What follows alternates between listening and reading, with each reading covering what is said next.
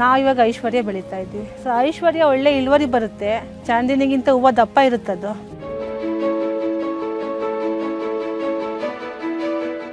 Average ಮಾಮೂಲಿ ಟೈಮಲ್ಲಿ 80ರಿಂದ 100 ರೂಪಾಯಿವರೆಗೂ ಸಿಗ್ತದೆ. ಅದು ಕಮ್ಮಿ ಅಂತ ಯಾವತ್ತೂ ಹೋಗಿಲ್ಲ. ಕ್ವಾಲಿಟಿ ಚೆನ್ನಾಗಿರೋದ್ರಿಂದ ಪಾಲಿಹೌಸ್ ಬೆಲೆನೇ ಬೇರೆ, ಓಪನ್ ಫೀಲ್ಡ್ ಬೆಲೆನೇ ಬೇರೆ. ಅರ್ಧ ಎಕರೆಯಲ್ಲಿ ಒಂದು 8,000 ಸಸಿ ಆಗಬೇಕು. ಜಿಗ್ಜಾಗ್ ಟೈಪಲ್ಲಿ ಹಾಕ್ತೀವಿ. ವರಮಹಾಲಕ್ಷ್ಮಿ ಹಬ್ಬದಲ್ಲಿ 160, 170, 200 ರೂಪಾಯಿ ಓದೇ ಹೋಗ್ತದೆ ಕೆಜಿ. ಆವಾಗ ನಾವು 1.5 ಲಕ್ಷ ನಾವು ಇನ್ವೆಸ್ಟ್ ಮಾಡಿದ್ರೆ ಒಂದು 2-2.5 ಲಕ್ಷ ರೂಪಾಯಿ ಲಾಭ ನೋಡ್ಬೋದು ನಾವು.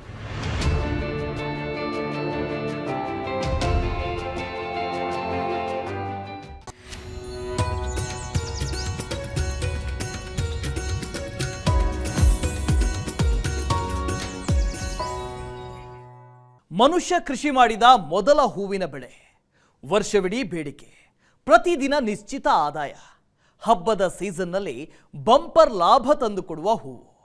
ಪಾಲಿಹೌಸ್ನಲ್ಲಿ ಸೇವಂತಿಗೆ ಬೇಸಾಯ. ಕೃಷಿ ಖಜಾನೆಗೆ ಸ್ವಾಗತ. ನಾನು ವಾಸುದೇವ್ ಮಾರ್ನಾಡ್.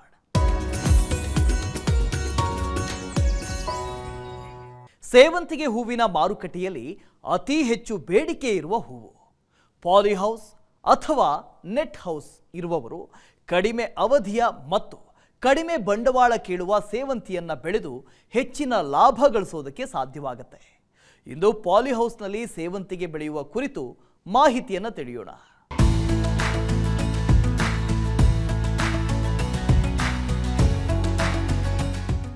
ಸೇವಂತಿಗೆ ಮನುಷ್ಯ ಕೃಷಿ ಮಾಡಿದ ಮೊದಲ ಹೂವಿನ ಬೆಳೆ ಎಂದೇ ಖ್ಯಾತಿ ಪಡೆದಿದೆ. ಸೇವಂತಿಗೆ ಒಂದು ಪ್ರಮುಖ ವಾಣಿಜ್ಯ ಬೆಳೆಯಾಗಿದ್ದು, ಸಾವಿರಾರು ರೈತರು ಸೇವಂತಿಗೆ ಬೆಳೆದು ಬದುಕು ಕಟ್ಟಿಕೊಂಡಿದ್ದಾರೆ. ಸೇವಂತಿಗೆಯ ಬಿಡಿ ಹೂವುಗಳನ್ನ ಮಾಲೆ, ಹಾರ ತಯಾರಿಸಲು ಹಾಗೂ ದೇವರ ಪೂಜೆಗೆ ಬಳಸುತ್ತಾರೆ. ಕಾಂಡ ಸಹಿತ ಕತ್ತರಿಸಿದ ಹೂವುಗಳನ್ನ ಅಲಂಕಾರಿಕ ಹೂವುಗಳಾಗಿ ಫ್ಲವರ್ ವಾಸ್ನಲ್ಲಿ ಬಳಸುತ್ತಾರೆ ಮತ್ತು ಹೂಗುಚ್ಛ ತಯಾರಿಸಲು ಕೂಡ ಬಳಸಲಾಗುತ್ತೆ.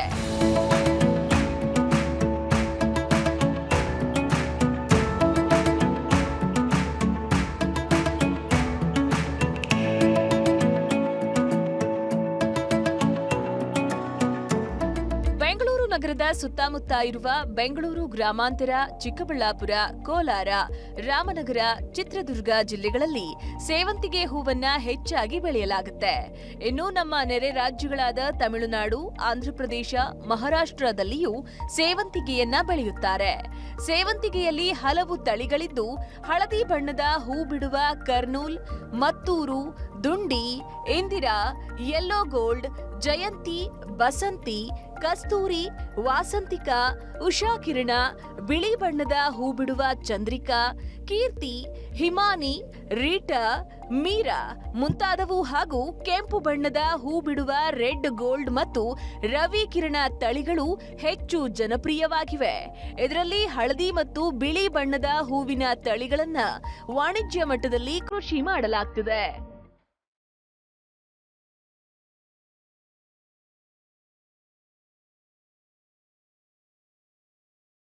ಬೆಂಗಳೂರು ಗ್ರಾಮಾಂತರ ಜಿಲ್ಲೆ ನೆಲಮಂಗಲ ತಾಲೂಕಿನ ಪಲ್ಲರಹಳ್ಳಿಯ ರೈತ ಮಹಿಳೆ ಆಶಾ ಅವರು ಪಾಲಿ ಹೌಸ್ನಲ್ಲಿ ಸೇವಂತಿಗೆ ಬೆಳೆದಿದ್ದು ಉತ್ತಮ ಇಳುವರಿ ಪಡೆಯುತ್ತಿದ್ದಾರೆ. ಆಶಾ ಅವರಿಗೆ ಒಟ್ಟು 10 ಎಕರೆ ಜಮೀನಿದೆ. ಅದರಲ್ಲಿ 1.25 ಎಕರೆಯಲ್ಲಿ 2 ಪಾಲಿ ಹೌಸ್ ನಿರ್ಮಿಸಿದ್ದಾರೆ. ಅವರು ಸೇವಂತಿಗೆಯನ್ನ ಮುಖ್ಯ ಬೆಳೆಯಾಗಿ ಪಾಲಿ ಹೌಸ್ನಲ್ಲಿ ಹಾಗೂ ಓಪನ್ ಫೀಲ್ಡ್ ಎರಡರಲ್ಲೂ ಬೆಳೆಯುತ್ತಿದ್ದಾರೆ. ಇದರ ಜೊತೆಯಲ್ಲೇ ಅಡಿಕೆ ಮತ್ತು ತರಕಾರಿ ಬೆಳೆಗಳನ್ನ ಬೆಳೆದುಕೊಂಡಿದ್ದಾರೆ. ಈ ವರ್ಷ ಅವರು ಐಶ್ವರ್ಯ ತಳಿಯ ಸೇವಂತಿಯನ್ನ ಒಂದು ಪಾಲಿ ಹೌಸ್ನಲ್ಲಿ ಬೆಳೆದಿದ್ದು, ಈಗ ಸೆಂಟ್ ಯೆಲ್ಲೋ ತಳಿಯನ್ನ ಮತ್ತೊಂದು ಪಾಲಿ ಹೌಸ್ನಲ್ಲಿ ನಾಟಿ ಮಾಡಿದ್ದಾರೆ. ಸೇವಂತಿಗೆಯಲ್ಲಿ ಈಗ ನಾವು ಐಶ್ವರ್ಯ ಹಾಕಿದ್ದೀವಿ. ಮೊದಲೆಲ್ಲ ನಾವು ಸೆಂಟ್ ವೈಟು, ಸೆಂಟ್ ಎಲ್ಲೋ, ಮಾರಿಗೋಲ್ಡು, ಪಾಲಿ ಹೌಸಲ್ಲಿ ಕ್ಯಾಪ್ಸಿಕಮ್ ಬೆಳೀತಾ ಇದ್ವಿ. ಸೆಂಟ್ ವೈಟ್ ಇದೆ, ಸೆಂಟ್ ಎಲ್ಲೋ ಇದೆ, ಐಶ್ವರ್ಯ ಇದೆ, ಚಾಂದಿನಿ ಇದೆ. ನಾವಿವಾಗ ಐಶ್ವರ್ಯ ಬೆಳೀತಾ ಇದ್ವಿ. ಸೊ ಐಶ್ವರ್ಯ ಒಳ್ಳೆ ಇಳುವರಿ ಬರುತ್ತೆ, ಚಾಂದಿನಿಗಿಂತ ಹೂವು ದಪ್ಪ ಇರುತ್ತದು. ಸ್ವಲ್ಪ ರೋಗ ಅವಾಯ್ಡ್ ಮಾಡ್ಬೋದು, ಅತ್ತಲ್ಲಿ ರೋಗ ಅವಾಯ್ಡ್ ಆಗುತ್ತೆ ಅಲ್ಲ, ಅದಕ್ಕಿಂತ ಮಾರಿಗೋಲ್ಡ್ಗಿಂತ ರೋಗ ಅವಾಯ್ಡ್ ಆಗುತ್ತೆ. ಪಾಲಿ ಹೌಸ್ನಲ್ಲಿ ಬೆಳೆದ ಸೇವಂತಿಗೆ ಗುಣಮಟ್ಟ ಉತ್ತಮವಾಗಿರುತ್ತೆ. ಆಶಾ ಅವರು ಕ್ಯಾಪ್ಸಿಕಂ ಬೆಳೆ ಬೆಳೆಯಲು ಪಾಲಿ ಹೌಸ್ ನಿರ್ಮಿಸಿದ್ರು. ಆದ್ರೆ ರೋಗ ಮತ್ತು ಕೀಟ ಬಾಧೆ ಹೆಚ್ಚಾಗಿ ಕಾಡಿದ್ರಿಂದಾಗಿ ಅವರು ಕ್ಯಾಪ್ಸಿಕಂ ಬೆಳೆ ತೆಗೆದು ಪಾಲಿ ಹೌಸ್ನಲ್ಲಿ ಚೆಂಡು ಹೂವು, ಸೇವಂತಿಗೆ ಹೂವಿನ ಬೆಳೆ ಬೆಳೆಯುತ್ತಿದ್ದಾರೆ. ಕಡಿಮೆ ಬಂಡವಾಳ ಕೇಳುವ ಸೇವಂತಿಗೆ ಬೆಳೆಯಿಂದ ಇವರು ಪ್ರತಿದಿನವೂ ಆದಾಯ ಪಡೆಯುತ್ತಿದ್ದಾರೆ. ಇನ್ನು ಪಾಲಿ ಹೌಸ್ನಲ್ಲಿ ಸೇವಂತಿಗೆ ಬೆಳೆದಾಗ ರೋಗ ಮತ್ತು ಕೀಟದ ಬಾಧೆ ಕಡಿಮೆ ಇರೋದ್ರಿಂದ ಉತ್ತಮ ಗುಣಮಟ್ಟದ ಹೂ ಸಿಗುತ್ತದೆ. ಓಪನ್ ಫೀಲ್ಡ್ ನಲ್ಲಿ ಬೆಳೆಸಿದ ಹೂಗಳಿಗಿಂತ ಇದರ ಗುಣಮಟ್ಟದ ಉತ್ತಮವಾಗಿರೋದ್ರಿಂದ ಸಹಜವಾಗಿಯೇ ಹೆಚ್ಚಿನ ಬೆಲೆ ಸಹ ಸಿಗುತ್ತೆ ಅಂತಾರೆ ಆಶಾ ಅವರ ಪತಿ ಕೆಂಪೇಗೌಡ ಅವರು. ಸರ್, ನಮ್ಮದು 10 ಎಕರೆ ಜಮೀನಿದೆ. 1/4 ಎಕರೆ ಪಾಲಿ ಹೌಸ್ ಇದೆ. ಪಾಲಿ ಹೌಸಲ್ಲಿ ಈಗ ಪ್ರೆಸೆಂಟ್ ಐಶ್ವರ್ಯ ಇದೆ, ಇನ್ನೊಂದರಲ್ಲಿ ಸೆಂಟು ಎಲ್ಲೋ ಇದೆ. ನಾವು ಪಾಲಿ ಹೌಸಲ್ಲೂ ಬೆಳಿತೀವಿ, ಸೆಕೆಂಡ್ ಓಪನ್ ಫೀಲ್ಡಲ್ಲೂ ಬೆಳಿತೀವಿ. ಓಪನ್ ಫೀಲ್ಡಲ್ಲಿ ಸೆಂಟ್ ವೈಟು ಸೆಂಟು ಎಲ್ಲ ಹಾಕ್ತೀವಿ. ಇಲ್ಲೂ ಇದು ಪಾಲಿ ಹೌಸಲ್ಲೂ ಇದೇ ಹೂವು ಹಾಕ್ತೀವಿ. ಬಟ್ ಕ್ವಾಲಿಟಿ ಏನಂದರೆ ಕ್ವಾಲಿಟಿ ಚೆನ್ನಾಗಿ ಬರ್ತದೆ. ಪಾಲಿ ಹೌಸಲ್ಲಿ ಒಳ್ಳೆ ಇಳುವರಿ ಬರ್ತದೆ. ಆಮೇಲೆ ವೈರಸ್ ಕಂಟ್ರೋಲ್ ಆಗ್ತದೆ. ಟ್ರಿಪ್ಟು ಮೈಟ್ಸು ಅದು ಕಂಟ್ರೋಲ್ ಮಾಡಬೇಕು. ಆಮೇಲೆ ಡಿಪ್ ಮುಖಾಂತರ ನಾವು ಔಷಧಿ ಗೊಬ್ಬರಗಳೆಲ್ಲ ಅದಕ್ಕೆ ಕೊಡ್ತಾಯಿದ್ದೀವಿ.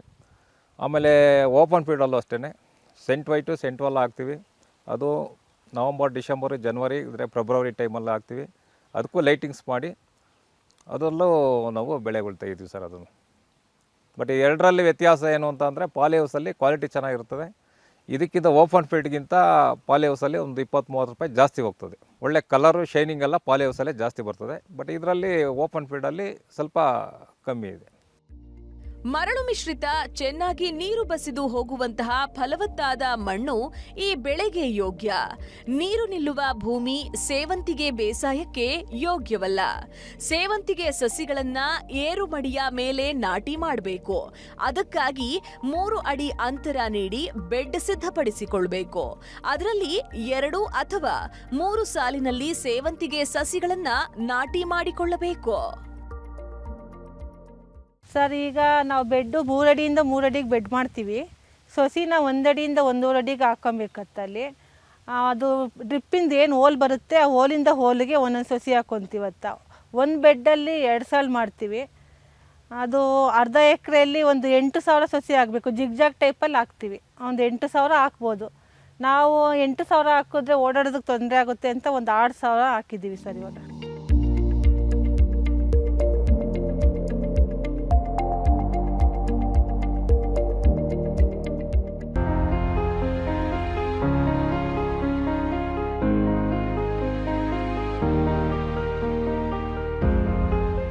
ಸೇವಂತಿಗೆ ಸಸಿ ನಾಟಿ ಮಾಡಿದ ಬಳಿಕ 4 ರಿಂದ 5 ದಿನಕ್ಕೊಮ್ಮೆ ನೀರು ನೀಡಬೇಕು. ಇನ್ನು ಸಸಿ ನಾಟಿ ಮಾಡಿದ 3.5 ತಿಂಗಳ ಬಳಿಕ ಹೂವಿನ ಇಳುವರಿ ಆರಂಭವಾಗುತ್ತೆ. ಆ ಬಳಿಕ ಪ್ರತಿದಿನವೂ ಹೂವಿನ ಕಟಾವು ಮಾಡಬೇಕಾಗುತ್ತೆ. ಹಾಗಾಗಿ ಗಿಡಗಳಿಗೆ ಕಾಲಕಾಲಕ್ಕೆ ಪೋಷಕಾಂಶಗಳನ್ನ ನೀಡುತ್ತಿರಬೇಕು. ಈ ಹಿನ್ನೆಲೆಯಲ್ಲಿ ಸೇವಂತಿಗೆಯಲ್ಲಿ ಗೊಬ್ಬರ ನಿರ್ವಹಣೆ ಹೇಗೆ ಮಾಡಿಕೊಳ್ಬೇಕು ಎಂದು ಆಶಾ ಅವರು ವಿವರಿಸಿದ್ದಾರೆ. ಫಸ್ಟು ಭೂಮಿ ಹದ ಮಾಡ್ಕೊಂಡಾದ್ಮೇಲೆ ಬದು ಹಾಕಿದ ಮೇಲೆ ಸರ್, ನಾವು ಅದು 3 ಅಡಿಯಿಂದ 3 ಅಡಿಗೆ ಒಂದೊಂದು ಬದ ಮಾಡಿದ ಮೇಲೆ ಅದಕ್ಕೆ ದನಿನ ಗೊಬ್ಬರ ಎಲ್ಲ ಹಾಕಿ ಮೊದಲೇ ಪ್ರಿಪೇರ್ ಮಾಡಿರ್ತೀವಿ. ಅದ್ರ ಮೇಲೆ ಸ್ವಲ್ಪ ಮಣ್ಣೆಲ್ಲ ಹಾಕ್ಬಿಟ್ಟು ಸೊಸಿ ಉಣ್ತೀವಿ. ಸೊಸಿ ಉಣಿ ಒಂದು ವಾರ ನೀರೆಲ್ಲ ಬಿಟ್ಟಿದ್ದಾದಮೇಲೆ ಏನು ಒಂದು ವಾರದ ತನಕ ಏನು ಗೊಬ್ಬರ ಕೊಡಲ್ಲ ನಾವು. ಆಮೇಲೆ 19 ಕೊಡ್ತೀವಿ. ಫಸ್ಟ್ ಟೈಮ್ 19 ಕೊಡ್ತೀವಿ. 19 ಅಂದರೆ 19 ಅಂತ. ಅದು ಗಿಡ ಡೆವಲಪ್ ಆಗುತ್ತೆ. ಗಿಡ ಡೆವಲಪ್ ಆದಮೇಲೆ ಸ್ವಲ್ಪ ಗಿಡ ದೊಡ್ಡದಾಗ್ತಿದ್ದಂಗೆ DAP ಕೊಟ್ಬಿಟ್ಟು ಎಲ್ಲ ಕಳೆ ಬಂದಿರುತ್ತಲ್ಲ, ಕಳೆದನ್ನ ತೆಗಿತೀವಿ. DAP ಆದಮೇಲೆ ಅದು 45 ದಿವಸ ಆದಮೇಲೆ ನಾವು CN, PN, MGSO4, SOP ಈ ಥರ 3 ದಿವಸಕ್ಕೆ ಒಂದೊಂದು ಗೊಬ್ಬರ ಸರ್ ಅದು ಚೇಂಜ್ ಮಾಡಿ ಕೊಡ್ತೀವಿ. ಸೇವಂತಿಗೆ ಬೆಳೆ ಹೆಚ್ಚು ಕೆಲಸ ಕೇಳುವ ಬೆಳೆ. ಸಸಿ ನಾಟಿ ಬಳಿಕ 1-2 ಬಾರಿ ಕಳೆ ನಿರ್ವಹಣೆಗೆ ಹೆಚ್ಚಿನ ಕೆಲಸಗಾರರು ಬೇಕಾಗ್ತಾರೆ. ಇದರ ಜೊತೆಯಲ್ಲೇ ಗಿಡ ಬೆಳೆದಂತೆ ಅದು ಬೀಳದಂತೆ ತಡೆಯಲು ಮರದ ಗೂಟ ನೆಟ್ಟು ಅದಕ್ಕೆ ದಾರ ಕಟ್ಟಿ ಆಸರೆ ನೀಡಬೇಕಾಗುತ್ತೆ. ಇದನ್ನ ಹೊರತುಪಡಿಸಿದ್ರೆ ಹೂ ಕಟಾವು ಮಾಡುವ ಸಂದರ್ಭದಲ್ಲಿ ಹೆಚ್ಚಿನ ಕೆಲಸಗಾರರು ಬೇಕಾಗ್ತಾರೆ. ಪ್ರತಿಯೊಂದು ಹೂವನ್ನ ಕತ್ತರಿಯಿಂದ ಕತ್ತರಿಸಬೇಕು. ಹಾಗಾಗಿ ಹೂವು ಕಟಾವು ಮಾಡುವಾಗ ಪ್ರತಿ ಬಾರಿ ಕನಿಷ್ಠ 5 ಕೆಲಸಗಾರರು ಬೇಕಾಗ್ತಾರೆ. ಸೊಸಿ ನಾಟಿ ಮಾಡಿದ ಮೇಲೆ ಆಳೇನು ಬೇಕಾಗಿಲ್ಲ. ಅಂದರೆ ಹೂವು ಕಟ್ಟಾಗಿ ಮಾಡತಕ್ಕನ ಒಬ್ಬರಿದ್ರು ಸಾಕು, ಮೇಂಟೆನೆನ್ಸ್ ಮಾಡ್ಕೊಂಡು ಹೋಗ್ಬೋದು. ಕಳೆ ಬಂದಾಗ ಒಂದು ಇಬ್ಬರಾದರೆ ಕಳೆ ಕೈಯಾಡಿಕೊಂಡ್ರೆ ಸರೋಗುತ್ತೆ. ಹೂವು ಬಂದಮೇಲೆ ಹೂವು ಕಟ್ ಮಾಡೋದಕ್ಕೆ ಆಳಿನ ಅವಶ್ಯಕತೆ ಇದೆ ಸರ್. ಅವಾಗ ಲೇಬರ್ಸ್ ಅವಾಗ ಒಂದು 5-6 ಜನ ಬೇಕಾಗುತ್ತೆ ಒಂದು ಟೈಮ್ಗೆ ಹೂವು ಕುಯ್ಯೋದಕ್ಕೆ. ಸೇವಂತಿಗೆ ಹೂಗಳು ಆಕರ್ಷಕವಾಗಿದ್ದಷ್ಟು ಬೆಲೆ ಹೆಚ್ಚಿಗೆ ಸಿಗುತ್ತೆ. ಅದೇ ಸೇವಂತಿಗೆ ಬೆಳೆಗೆ ರೋಗ ಮತ್ತು ಕೀಟದ ಬಾಧೆ ಕಾಡಿದ್ರೆ ಹೂವಿನ ಗುಣಮಟ್ಟದಲ್ಲಿ ಕುಂಠಿತವಾಗುತ್ತೆ. ಆಗ ಸಹಜವಾಗಿಯೇ ಬೇಡಿಕೆ ಮತ್ತು ಬೆಲೆ ಕಡಿಮೆಯಾಗುತ್ತೆ.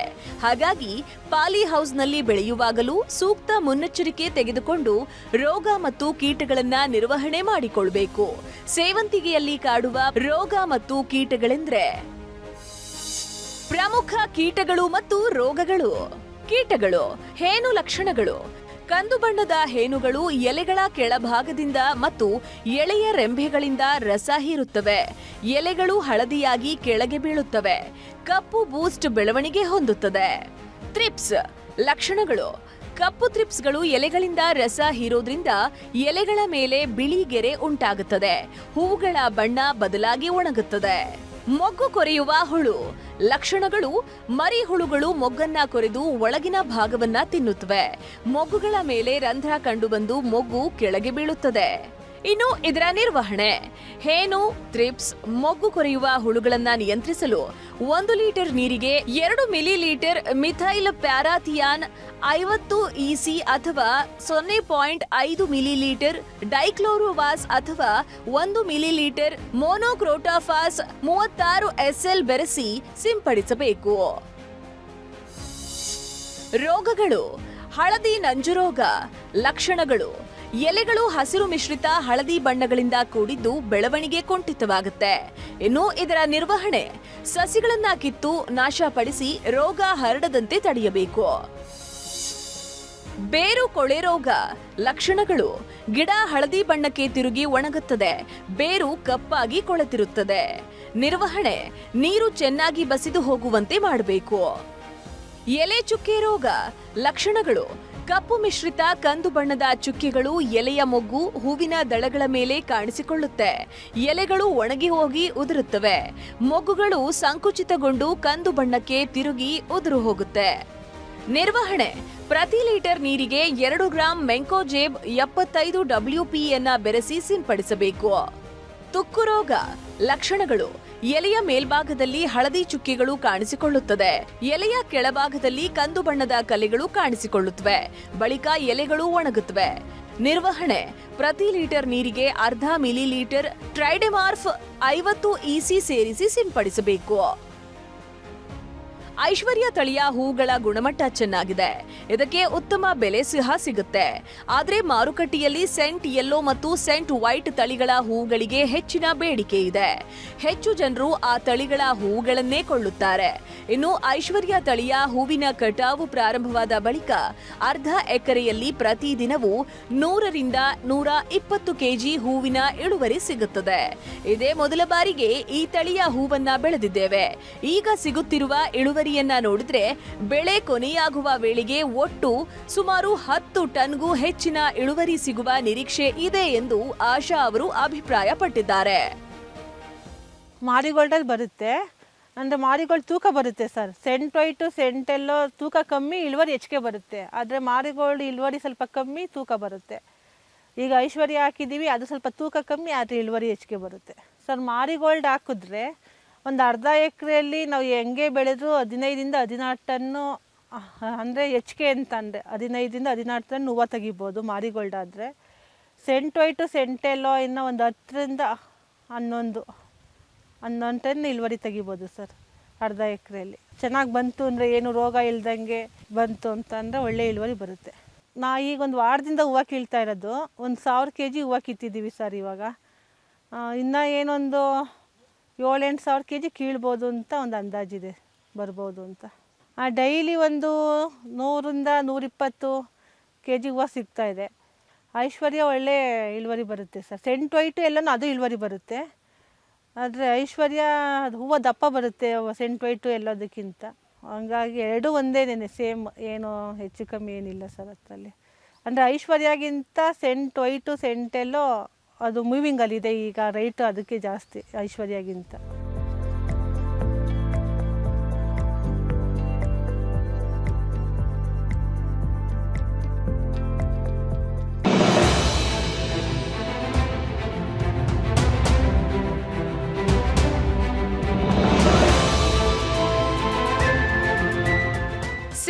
ಬೆಳೆ ಉತ್ತಮವಾಗಿ ಬೆಳವಣಿಗೆ ಹೊಂದಲು ಹಗಲು ದೊಡ್ಡದಾಗಿರುವ ದಿನಗಳು ಮತ್ತು ಹೂ ಬಿಡಲು ರಾತ್ರಿ ದೊಡ್ಡದಾಗಿರುವ ದಿನಗಳು ಬೇಕಾಗುತ್ತೆ. ಹಾಗಾಗಿ ಮೇ ಅಥವಾ ಜೂನ್ನಲ್ಲಿ ನಾಟಿ ಮಾಡಿದ್ರೆ ಉತ್ತಮ ಅಂತಾರೆ. ಆದ್ರೆ ಹಬ್ಬದ ಸೀಸನ್ಗಳಲ್ಲಿ ಸೇವಂತಿಗೆ ಹೂವಿಗೆ ಬೇಡಿಕೆ ಹೆಚ್ಚಿರೋದ್ರಿಂದ ಆ ಸಮಯದಲ್ಲೇ ಅಂದರೆ ಶ್ರಾವಣದ ಆರಂಭದಿಂದ ಹೂವು ಕಟಾವಿಗೆ ಬರುವಂತೆ ಮಾರ್ಚ್ ಏಪ್ರಿಲ್ನಲ್ಲಿ ನಾಟಿ ಮಾಡುವವರೇ ಹೆಚ್ಚು. ಇನ್ನು ಕೆಲವರು ಸಂಕ್ರಾಂತಿ ವೇಳೆಗೆ ಹೂ ಬರುವಂತೆಯೂ ನಾಟಿ ಮಾಡ್ತಾರೆ. ಈ ಹಿನ್ನೆಲೆಯಲ್ಲಿ ಗಿಡದ ಬೆಳವಣಿಗೆಯನ್ನ ಉತ್ತೇಜಿಸಲು ರಾತ್ರಿ ವೇಳೆಯೂ ಲೈಟ್ ಹಾಕಲಾಗುತ್ತೆ. ಇದರಿಂದ ಚೆನ್ನಾಗಿ ಬೆಳೆದು ಇಳುವರಿ ಹೆಚ್ಚಾಗಿ ಸಿಗುತ್ತೆ. ಪಾಲಿ ಹೌಸ್ನಲ್ಲಿ ಬೆಳೆದ ಸೇವಂತಿಗೆಗೆ 10 ರೂಪಾಯಿ ಹೆಚ್ಚಿನ ಬೆಲೆ ಸಿಗುತ್ತೆ. ಸೇವಂತಿಗೆಗೆ ಮಾರುಕಟ್ಟೆ ಸಮಸ್ಯೆಯಂತೂ ಇಲ್ಲವೇ ಇಲ್ಲ. ಹೆಚ್ಚಿನ ಪ್ರಮಾಣದಲ್ಲಿ ಹೂ ಬೆಳೆದರೆ ವ್ಯಾಪಾರಿಗಳೇ ರೈತರ ಜಮೀನಿಗೆ ಬಂದು ಮಾರುಕಟ್ಟೆ ಬೆಲೆಗಿಂತ 10 ರೂಪಾಯಿ ಕಡಿಮೆ ನೀಡಿ ಹೂ ಖರೀದಿಸುತ್ತಾರೆ. ಇನ್ನು ರೈತರೇ ಮಾರುಕಟ್ಟೆಗೆ ತೆಗೆದುಕೊಂಡು ಹೋದ್ರೂ ಉತ್ತಮವಾದ ಬೆಲೆ ಸಿಕ್ಕೇ ಸಿಗುತ್ತೆ. ಆಶಾ ಅವರ ಜಮೀನು ನೆಲಮಂಗಲದಲ್ಲಿದ್ದು ಅವರಿಗೆ ಕೆಆರ್ ಮಾರುಕಟ್ಟೆ ಮತ್ತು ತುಮಕೂರು ಮಾರುಕಟ್ಟೆಗೆ ಒಂದೇ ಅಂತರವಿದೆ. ಹಾಗಾಗಿ ತುಮಕೂರಿನ ಮಾರುಕಟ್ಟೆಯಲ್ಲೇ ಹೂವನ್ನ ಮಾರಾಟ ಮಾಡ್ತಾ ಇದ್ದಾರೆ. ಲೋಕಲ್ ಮಾರ್ಕೆಟಲ್ಲಿ ನೆನ್ಮಂಗ್ಲದಲ್ಲಿ ನಮಗೆ ಟೌನಲ್ಲೂ ಕಸ್ಟಮರ್ ಬರ್ತಾರೆ, ಅವ್ರು ಫೋನ್ ಮಾಡಿದ್ರೆ ಬಂದು ಇಲ್ಲೇ ತೊಗೊಂಡೋಗ್ತಾರೆ ಸೀಸನಲ್ಲಿ ಸ್ವಲ್ಪ ಡಿಮ್ಯಾಂಡ್ ಇದ್ದಾಗ. ಇಲ್ಲಾಂದರೆ ನಾವು KR ಮಾರ್ಕೆಟ್ಗೆ ಹೋಗ್ತೀವಿ, ಇಲ್ಲಾಂದರೆ ತುಮಕೂರಿಗೆ ಹೋಗ್ತೀವಿ. ಎರಡನ್ನೂ ಸೆಂಟ್ರಲ್ಲಿ ಇದ್ದೀವಿ ನಾವು. ತುಮಕೂರು ಬೆಂಗಳೂರು ಸೆಂಟ್ರಲ್ಲಿ ಇರೋದು ನಾವು. ಈ ಕಡೆನೂ 35 ಕಿಲೋಮೀಟ್ರ್ ಆಗ್ತದೆ, ತುಮಕೂರು 35 ಕಿಲೋಮೀಟ್ರ್ ಆಗ್ತದೆ. ಬಟ್ ನಾವು ನಮ್ಮ ಲೋಕಲ್ಸ್ ಸೇಲು ಮಾಡ್ತೀವಿ, ಬಂದು ಇಲ್ಲೇ ತೊಗೊಂಡೋಗ್ತಾರೆ. ಇಲ್ಲ ಪ್ರೆಸೆಂಟ್ ಮಾರ್ಕೆಟ್ ರೇಟ್ ಏನಿದೆಯೋ 10 ರೂಪಾಯಿ ಕಮ್ಮಿ ಇಲ್ಲೇ ನಾವು ಮನೆ ಹತ್ರನೇ ಮಾರ್ತೀವಿ. ನಾವು ಪಾಲಿ ಹೌಸಲ್ಲಿ 20-30 ರೂಪಾಯಿ ಜಾಸ್ತಿ ಹೋಗ್ತದೆ, ಇದು 20-30 ರೂಪಾಯಿ ಕಮ್ಮಿ ಹೋಗ್ತದೆ. ಸೇವಂತಿಗೆನಲ್ಲಿ ವರಮಹಾಲಕ್ಷ್ಮಿಗೆ ಇದಿರುತ್ತೆ. ವರಮಹಾಲಕ್ಷ್ಮಿ ಸ್ಟಾರ್ಟ್ ಆದರೆ ಅವಾಗ ಹಾಕಿದ್ರೆ ಒಳ್ಳೆ ನಾವು ದುಡ್ಡು ತೊಗೊಬೋದು. ಡಿಸೆಂಬರು ಅದು ದೀಪಾವಳಿವರೆಗೂ ಒಳ್ಳೆ ಇದು ಆಯುಧ ಪೂಜೆ, ಮಹಾಲಯ ಅಮಾವಾಸ್ಯೆ. ಹಬ್ಬದ ಸೀಸನ್ನಲ್ಲಿ 250ರಿಂದ 300 ರೂಪಾಯಿ ಬೆಲೆ. ಇನ್ನು ಸೇವಂತಿಗೆ ಹೂವಿನ ಬೆಲೆ ಪ್ರತಿದಿನವೂ ಬದಲಾಗ್ತಾ ಇರುತ್ತೆ. ಹಬ್ಬದ ಸೀಸನ್ಗಳಲ್ಲಿ ಬೆಲೆ 250ರಿಂದ 300 ರೂಪಾಯಿಗಳವರೆಗೆ ಏರಿಕೆಯಾದ್ರೆ ಉಳಿದ ದಿನಗಳಲ್ಲಿ 80ರಿಂದ 120 ರೂಪಾಯಿವರೆಗೆ ಇದ್ದೇ ಇರುತ್ತೆ. ಇನ್ನು ಸಾಮಾನ್ಯ ದಿನಗಳಲ್ಲೂ ಬೇಡಿಕೆ ಆಧರಿಸಿ ಬೆಲೆಯಲ್ಲಿ ಕೊಂಚ ಏರಿಕೆಯಾಗುತ್ತೆ. ಪಾಲಿ ಹೌಸ್ನಲ್ಲಿ ಬೆಳೆದಿರುವ ಸೇವಂತಿಗೆಗೆ ಸಹಜವಾಗಿಯೇ ಹೆಚ್ಚಿನ ಬೆಲೆ ಸಿಕ್ಕೇ ಸಿಗುತ್ತದೆ.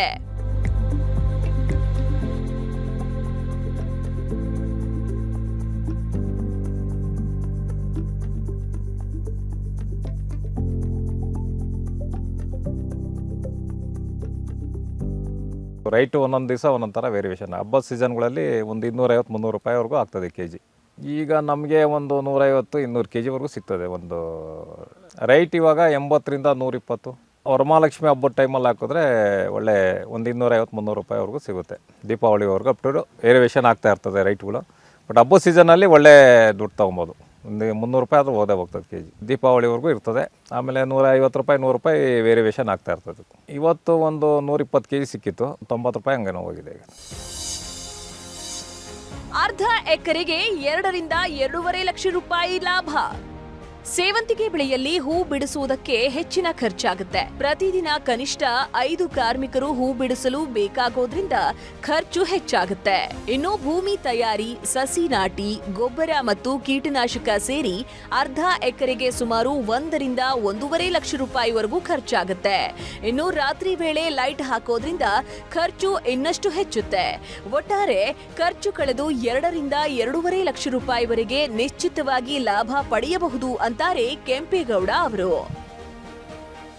ಪಾಲಿ ಹೌಸಲ್ಲಿ ನಾನು ಒಂದು ಅರ್ಧ ಎಕರೆಗೆ ಒಂದೂವರೆ ಲಕ್ಷದವರೆಗೂ ಖರ್ಚು ಬರ್ತದೆ. 1 ಲಕ್ಷ ರೂಪಾಯಿ ನಾವು ಇಲ್ಲೇ ಮಾಡೋಕೆ 25,000 ರೂಪಾಯಿ, ಒಂದು 2.5 ರೂಪಾಯಿ ಒಂದು ಸೊಸೆಗೆ 6,000 ರೂಪಾಯಿ, 6,000 ಸೊಸೆ ಬೀಳ್ತದೆ ಅರ್ಧ ಎಕರೆಗೆ. ಗೊಬ್ಬರಗಳು, ಔಷಧಿಗಳು ಇದೆಲ್ಲ ಕರೆಕ್ಟಾಗಿ ಮ್ಯಾನೇಜ್ ಮಾಡಬೇಕು. ಲೈಟಿಂಗ್ಸ್ ಮಾಡಿದ್ರೆ ಇನ್ನೂ 50,000 ರೂಪಾಯಿ, 1 ಲಕ್ಷ 50-60,000 ರೂಪಾಯಿ ಜಾಸ್ತಿ ಬರ್ತದೆ. ಲೈಟಿಂಗ್ ಮಾಡಿದ್ರಷ್ಟು ದ್ರೂತು ಚೆನ್ನಾಗಾಗ್ತದೆ. ವರಮಹಾಲಕ್ಷ್ಮಿ ಹಬ್ಬದಲ್ಲಿ 160, 170, 200 ರೂಪಾಯಿ ಓದೇ ಹೋಗ್ತದೆ ಕೆಜಿ.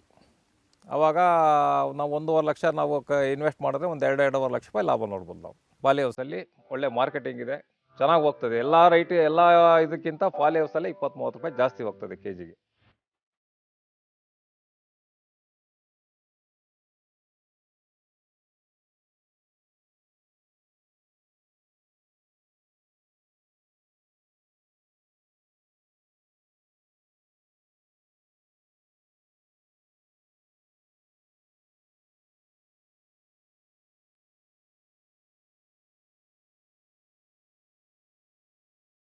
ಪಾಲಿ ಹೌಸ್ನಲ್ಲಿ ಬೆಳೆದ ಸೇವಂತಿಗೆ ಉತ್ತಮ ಗುಣಮಟ್ಟದಿಂದ ಕೂಡಿದ್ದು, ಅದಕ್ಕೆ ಮಾರುಕಟ್ಟೆಯಲ್ಲಿ ಉತ್ತಮ ಬೆಲೆ ಕೂಡ ದೊರೆಯುತ್ತೆ. ಹಾಗಾಗಿ ಓಪನ್ ಫೀಲ್ಡ್ನಲ್ಲಿ ಬೆಳೆದಂಥ ಸೇವಂತಿಗೆಗಿಂತಲೂ ಪಾಲಿ ಹೌಸ್ನಲ್ಲಿ ಬೆಳೆದ ಸೇವಂತಿಗೆ ಹೆಚ್ಚಿನ ಲಾಭ ಸಿಗುತ್ತೆ.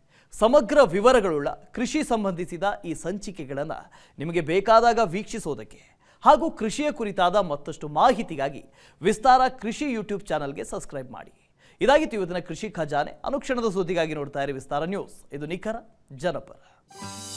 ನೀವು ವಿಶೇಷವಾದ ಬೆಳೆ ಬೆಳೆದಿದ್ರೆ, ತಂತ್ರಜ್ಞಾನ ಅಳವಡಿಸಿಕೊಂಡು ಕೃಷಿ ಮಾಡ್ತಾ ಇದ್ರೆ, ಮಾದರಿ ಕೃಷಿಕರಾಗಿದ್ರೆ ವಿಸ್ತಾರ ನ್ಯೂಸ್ ತಂಡವನ್ನು ಸಂಪರ್ಕಿಸಿ ನಿಮ್ಮ ಗೆಲುವಿನ ಗುಟ್ಟನ್ನು ನಮ್ಮ ಜೊತೆ ಹಂಚಿಕೊಳ್ಳಬಹುದು. ವಿಳಾಸ ವಿಸ್ತಾರ ನ್ಯೂಸ್, ನಂಬರ್ 1, 2 ಹಾಗೂ 4ನೇ ಮಹಡಿ, the new Indian express building, 2 ಹಾಗೂ 3ನೇ ಬ್ಲಾಕ್, ಕ್ವೀನ್ಸ್ ರಸ್ತೆ, ಬೆಂಗಳೂರು 560001. Phone number 9606942030. ಇಮೇಲ್ ವಿಳಾಸ program@vistaranews.com.